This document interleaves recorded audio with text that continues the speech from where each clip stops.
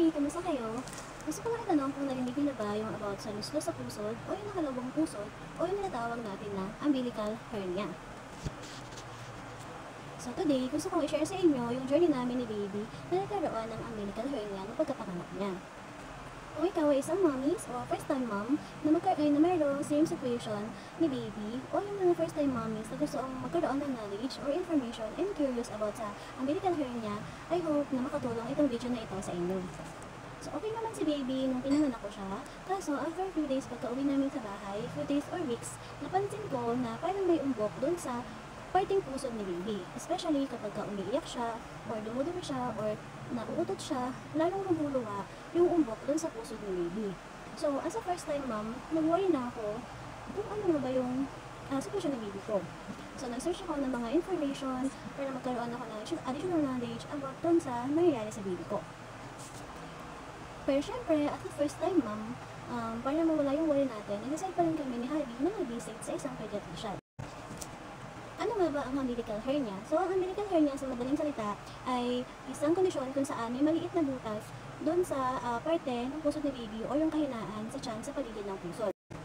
Dahil dito, may parte ng bituka o taba na natutulak palabas, lalo na kapag nag-extract ng force yung mga baby natin, kaya naging visible siya o umuumbok siya o lumuluwa siya. Hindi ito masyadong kilala ng mga karamihan. Ako doon una, hindi ko talaga alam kung ano yung condition ni baby na yun. At common siya, pero common siya sa mga bagong silang or mga newborn babies. Meron din naman mga matatanda na mga adult na nagkakaroon nito, pero hindi ganun karami yung case na nagkakaroon ng umbilical hernia. Kasi nangyayari talaga siya sa mga newborn babies dahil hindi pa fully develop yung mga muscle nila sa tiyan. Kailangan ba nating mag-worry tungkol dito sa umbilical hernia? Usually, yung mga cases naman ng umbilical hernia, kagaya ng advice namin ng pediatrician ni baby, is kung saan siyang lumulubog. At around 6 months old ni baby, up to 3 to 4 years old, is mag-heal siya ng pusa o kung saan siya mag-back to normal. Pediatrician ni baby, sinabi naman na hindi kailangan operahan nung condition ni baby at that time. So, minonitor lang naman si baby at kung gusto nyo naman, pwede kayong mag-follow-up check-up sa pediatrician ng mga baby ninyo hanggang sa gumaling sila o mapansin nyo na nagiging normal na yung umbilical hernia ni baby nyo. Meron din ibang condition ng umbilical hernia na usually kasi yung umbilical hernia, kapag pinindot mo siya, lumulubog siya, or nagdidiinan mo siya papaloob, okay lang yon. Ang hindi okay na scenario is kapag may umbilical hernia yung baby ninyo, pero kapag diniinan nyo is hindi siya lulubog, matigas siya.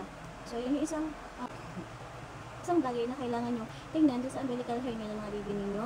And also, kapag mayroong mabaho na liquid na lumalabas dun sa pusod ni baby, dun kayo mag-start na mag-worry dun sa umbilical hernia ng mga baby ninyo.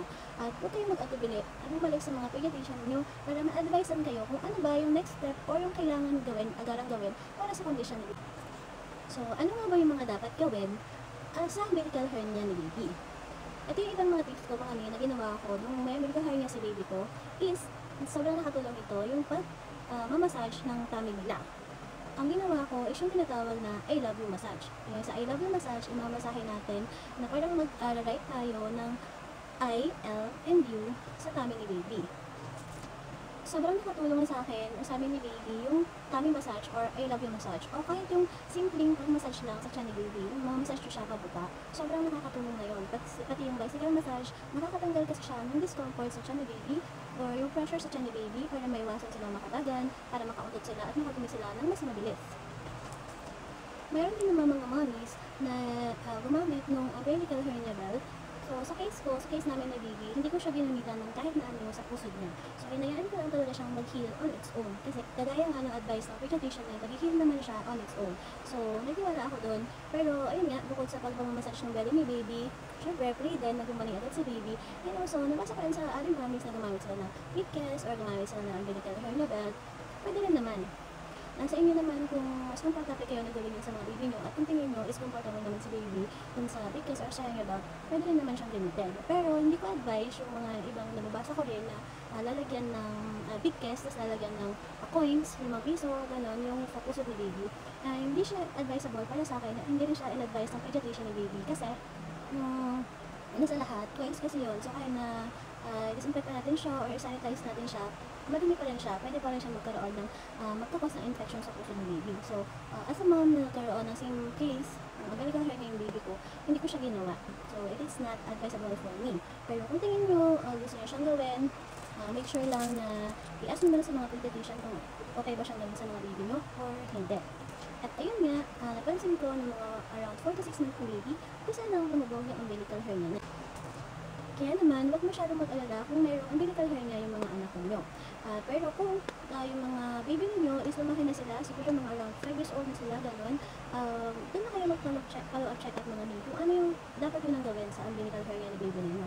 At kung tingin nyo nakakakos na yun ng discomfort sa kanila or nakakakos na yun sa digestive system nila, doon na kayo mag-follow-up check-up. Kung kayo mag-atubili mag-follow-up check-up sa mga pediatrician para malaman nyo na rin kung ano yung agarang dapat gawin sa umbilical hernia ng mga baby nyo.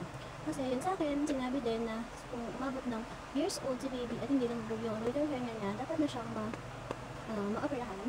Kasi may mga cases na paglaki nila, nagkakaroon siya ng discomfort sa digestive system ng baby.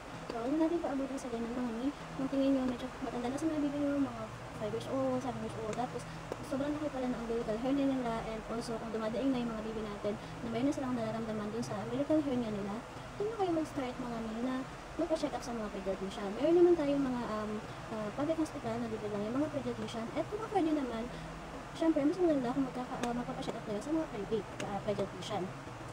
So mga mommies, gusto ko lang iparating sa inyo na nakakawali sa umpisa, pero huwag tayo mag-panic kasi ang umbilical hernia ay kusang gumagaling at kusang lumulubog sa paglipas ng panahon or after mga months and years, once na nade-develop na yung tiyan ni baby or mga muscles ng tiyan ng mga baby natin.